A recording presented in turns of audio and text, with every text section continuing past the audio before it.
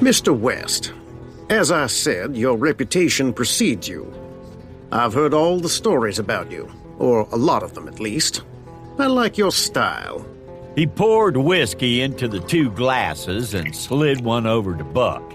His movements were as smooth as a card sharp's. Buck nodded his appreciation for the drink and then knocked it back. He didn't care much for whiskey, but he had to play the part. And even though it wasn't his drink of choice, he had enough to know this was the good stuff, a far cry from the watered-down hooch the average citizen got when they bellied up to the bar. Mr. Lamont, I'm obliged for the drink, but where are you going with all this? A man who prefers to get right down to business. I like that. Reminds me of myself. You have a reputation, West. Word is you're a top hand with a gun. I've used one a time or two. A time or two, eh? That's a gross understatement. From what I hear, at least. Where have you been? It's been quite a while since you've graced these parts with your presence, correct? Here and there. Buck took a sip of whiskey and kept his face impassive. The truth was he didn't know where he'd been, but he wasn't about to share that with the likes of Henry Lamont. Lamont waited, expecting his guest to elaborate. When it became clear he would not, he continued. I suppose you know where I'm going with this. I value a good man, always looking to hire loyal men. I have a vast enterprise and it's still growing. There's a lot of potential and a great deal of money to be made. And does this valuable enterprise include harassing women in the street? Now, I heard about that little incident. It disgusted me. Those men were in my employ, but were not acting under my orders. I'm glad to hear the young lady is just fine, thanks to you. Honestly, that's what gave me a mind to hire you. It impressed me the way you took up for that woman. You have integrity. That's something I greatly value. I've heard some things about what your enterprise entails. Harassing good folks, trying to drive out the competition.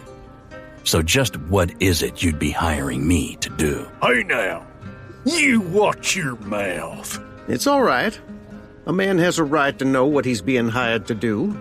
You mean what job he's being offered? I haven't said yes yet. For a few moments, Buck entertained the notion of taking the job so he could dismantle Lamont's operation from the inside. He had the impression he'd done so before, pretending to be an outlaw just to gain information and ultimately wreak havoc from within. But he couldn't stomach that now, not this time. He was eager to handle this little affair as quickly as possible and then move on down the trail. That felt familiar to him. Maybe it would spur his memory and he'd remember just where home, if he had a home, was. Besides, he didn't want to pretend to be someone else, as he had the sense he was already doing that. But why? He just wished his mind wasn't so blasted muddled. I protect what is mine. Nothing more. Surely you understand, Mr. West. A man like me makes enemies. It's inevitable with my success. Just comes with the territory. Everyone guns for the man up top. That's me. I'm on top. This time, Buck couldn't help himself. He stood. One of the guards came forward, but Lamont put his hand out and shook his head. The guard's nostrils flared. He obeyed his boss's silent command, though. Not interested. Much obliged for the drink. Suit yourself. But you will be sorry, Mr. West.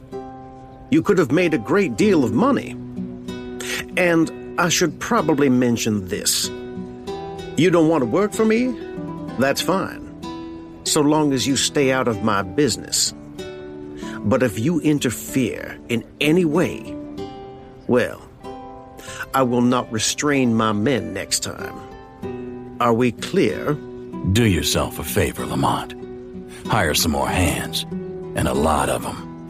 If you're coming after me, you need to do better than these two.